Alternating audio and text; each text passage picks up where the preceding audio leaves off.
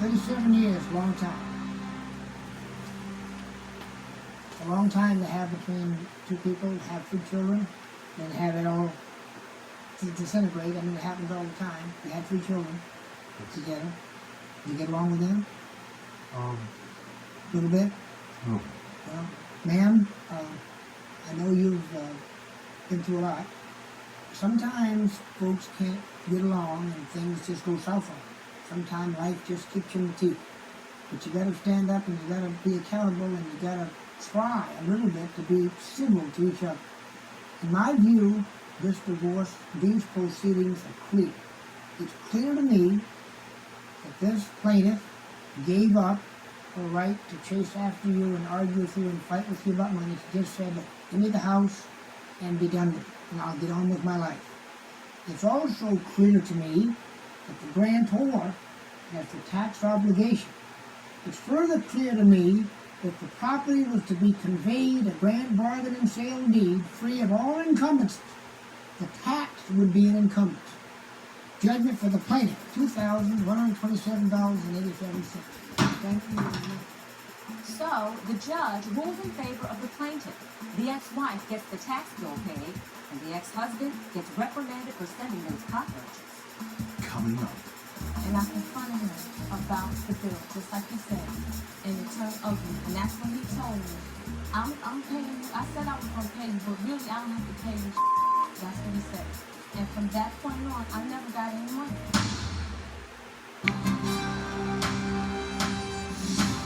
All right, this is a case about an outstanding credit card debt. All right, Ms. Cox, Attorney Cox, let me hear your side of the story. My sister needed a credit card, so I got her on my credit card as a rider. And she told me that she wanted to take her kids away for the summer and buy them some furniture. So this is what she was supposed to do. But once she received the credit card, she didn't do that. She charged up over $5,000 worth of merchandise in 1 month. Now, your sister was supposed to use your credit card as a rider, Yes. and she was supposed to go on a vacation, No. She's supposed to go on a vacation with my nieces okay? and buy them some furniture with this credit card. But she wasn't able to get credit herself. So, if I take it now, you have $5,000 charge on your credit card, Yes. charged by your sister. Yes. Okay. Now, did the plaintiff ever agree to pay it back? Yes, he did. Did you agree to do that, sir? Well, I didn't agree to pay her anything. Her sister and I had a relationship. All right. And as in any relationship, when we would enter into, unwritten agreements, we agree that in good faith, hey, we got into this debt together, so we would mutually take care of the debt. And so I was giving her the money, to pay on what I thought was her charge card. It wasn't known to me until later on that through some, I guess, writer or whatever it is that she's saying, that she was able to get this credit card using the creditworthiness of her sister. Let me ask you this, though. If you agree, I understand that from what you just told me, it's not like an honorable person to me. If you agree that you had a relationship and these charges were made by you and the girlfriend, and that there's a moral obligation to pay it back, well, what stopped you from the moral obligation? Well, what happened was that, her sister suffered a heart attack on the 6th of May, and she subsequently expired. All right. Right? And while she was in the hospital going through the throes of death, staying in the praying of her body, the sister confronts me about this debt.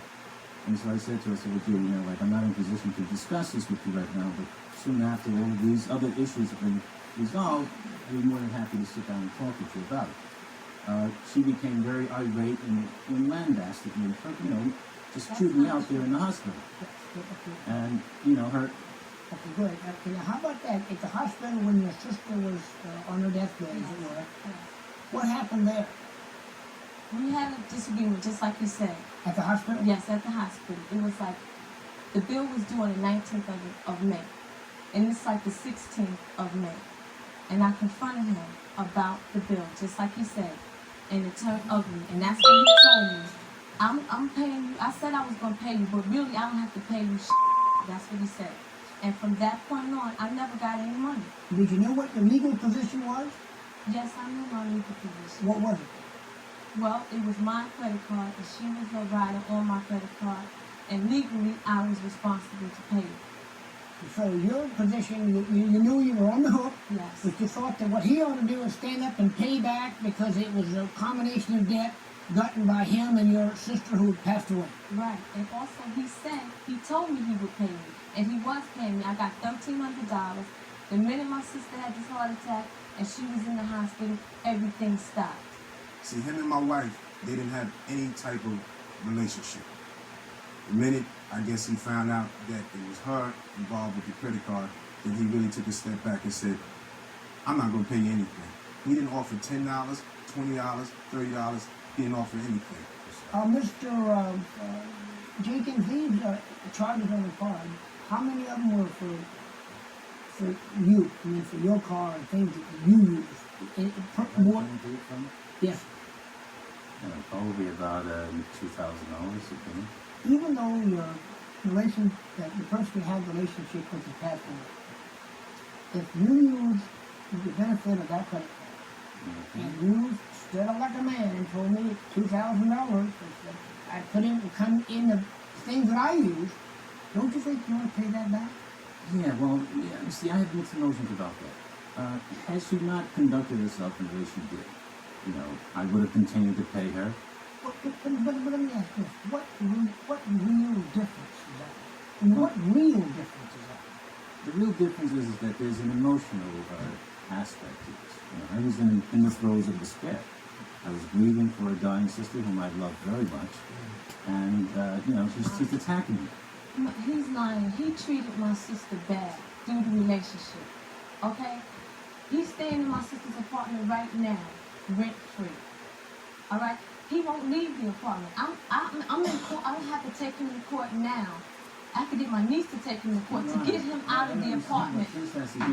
No, because I just want to explain to you how he's lying. The things that he put my sister through. Hold on a minute. All this truth. Hold on a minute here. Hold up here for just a sec.